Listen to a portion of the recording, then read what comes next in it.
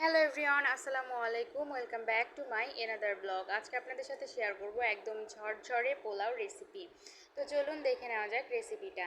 পোলাও রান্না করার জন্য আমি এখানে পোলার চাল ধুয়ে পানি ঝরিয়ে নিয়েছি অনেকক্ষণ আগে, 30 মিনিটের মতো পানি ঝরিয়ে রেখে দিয়েছিলাম যেন চালটা ভালোভাবে শুকিয়ে যায় সেই জন্য। আর এখানে আমি কড়াইয়ের ভিতর তেল নিয়ে নিয়েছি। তেলটা ভালোভাবে গরম হয়ে এলে এই পর্যায়ে আমি এর মধ্যে চালগুলো দিয়ে দিচ্ছি। চালটাকে ভালোভাবে নেড়েচেড়ে ভেজে নিতে হবে। চালটা যখন সাদা সাদা হয়ে আসবে তখন আপনারা বুঝবেন চালটা একদম পারফেক্টভাবে ভাজা হয়েছে। আর এটা মিডিয়াম আঁচে বেশ কিছুক্ষণ সময় নিয়ে ভাজতে হবে যেন ভাজাটা ভালোভাবে হয়।